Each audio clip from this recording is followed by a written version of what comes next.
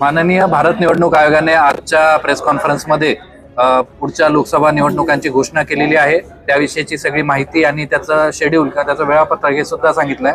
आपल्या नांदेड जिल्ह्यामध्ये 3 लोकसभा मतदारसंघांचं क्षेत्र येतं, त्यापैकी नांदेड आणि हिंगोली या 2 लोकसभा मतदारसंघांसाठी जो कार्यक्रम आहे तो मी आपल्या समोर थोडक्यात मांडतो।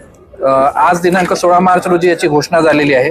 28 मार्च रोजी या 2 लोकसभांची आणि इतर काही लोकसभांची अधिसूचना निघेल।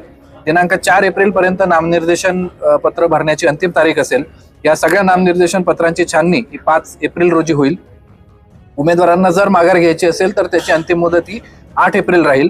26 एप्रिल रोजी आपल्या जिल्ह्यातील हे 8 विधानसभा मतदारसंघ जे नांदेड आणि हिंगोली लोकसभेला जोडले आहेत त्यांचं मतदान होईल आणि 4 जूनला त्यांचं काउंटिंग म्हणजे मतदानाची मोजणी होईल।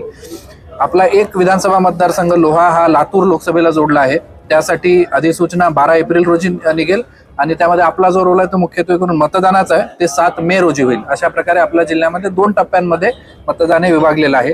आपल्या जिल्ह्याचा जर विचार केला तर 26,93,715 एवढे मतदार आपल्याकडे आहे, ज्यापैकी 18,43,000 हे नांदेड लोकसभेसाठी मतदान करू शकतात, 5,58,000 हिंगोलीसाठी आणि 2,92,000 हे लातूरसाठी मतदान करतात।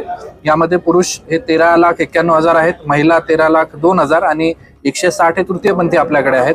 85 पेक्षा जास्त वय असणारे 38,138 आणि दिव्यांग म्हणून स्वतःला ज्यांनी मार्क केला आहे असे 21,551 असे मतदार आहेत।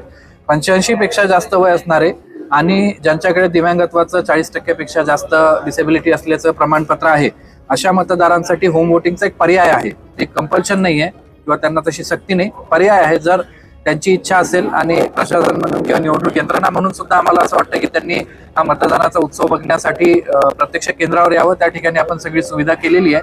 मात्र जर कुठल्या परिस्थितीनं अगदी शक्यच नसेल तर त्यांना होम वोटिंग किंवा पोस्टल वोटिंगचा पर्याय हा सुद्धा उपलब्ध करून देण्यात आलेला आहे। आपल्याकडे 3,041 मुख्य पोलीस स्टेशन आहेत आणि त्याला 6 या सगळ्या ठिकाणी ज्या आवश्यक मान्य आयोगानं दिलेल्या सूचनांनुसारच्या सुविधा आहेत त्या आपण पुरवलेल्या आहे। आपल्या जिल्ह्यामध्ये एक अभिनव प्रयोग आपण केलाय की मतदारांना आल्यावरती रांगांमध्ये उभं राहायला लागू नये म्हणून त्यांच्यासाठी प्रतीक्षालय आपण प्रत्येक मतदान केंद्रांवरती नियोजित केली आहे, ज्या ठिकाणी फर्स्ट एड किट राहील। त्याचप्रमाणे आयोगाच्या निर्देशानुसार पाळणाघरं असतील ज्यामध्ये लहान मुलांना तेवढ्या वेळापुरतं सांभाळण्यासाठी तिथे आपले कर्मचारी जे प्रशिक्षित असतील आणि इतर सगळे खेळणे वगैरे सुविधा असतील।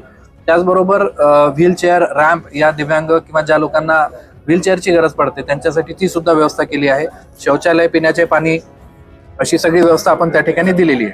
40 ठिकाणी आपल्याकडे संवेदनशील मतदान केंद्र आहेत, ज्या ठिकाणी अतिशय अल्प मतदान होणे, एकाच उमेदवाराला मोठ्या प्रमाणावर मतदान होणे किंवा इलेक्शन रिलेटेड काहीतरी गुन्हा त्या ठिकाणी मागच्या काही काळामध्ये घडला असेल अशी आहे। या सगळ्या ठिकाणी मी स्वतः आणि पोलीस अधीक्षक यांनी भेट दिलेली आहे।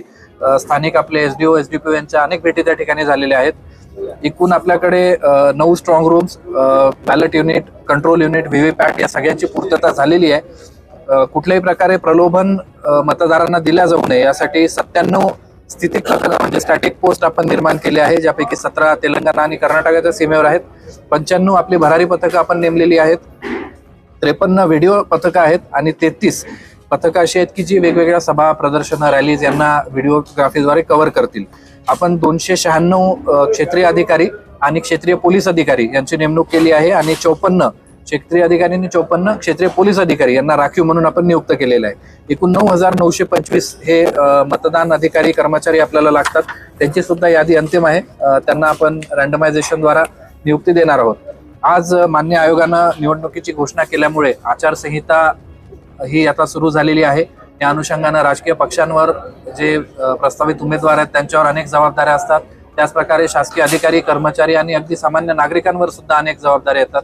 या अनुषंगानं मला वाटतं की सगळ्यांनी आचारसंहितेत काय करावं आणि काय करू नये याबाबत आम्ही एक विस्तृत पत्रक काढत आहोत, त्याचा एक अभ्यास करावा, त्या अनुषंगानं कारवाई करावी। कारण मान्य आयोगाच्या कडक सूचना आहेत की कुठल्याही प्रकारे आचारसंहितेचा भंग होणार नाही याची दक्षता घ्यायची आहे। सी विजिल या ॲप मार्फत सामान्य मतदार सुद्धा आपली तक्रार आचारसंहिता उल्लंघनाची ही नोंदवू शकतो आणि या सगळ्या प्रक्रियेचा किंवा या सगळ्या उपक्रमांचा जो परिपाक आहे तो म्हणजे मतदानाची टक्केवारी वाढणे। त्यासाठी आपण स्वीप किंवा मतदार जागृती या अंतर्गत अनेक कार्यक्रम घेत आहोत। आपण 8 मार्चला एक मोठी नवयुवतींची रॅली काढली होती, त्याचप्रमाणे वेगवेगळ्या स्तरांवरती मतदान जागृतीसाठीचे कार्यक्रम सुरू आहेत।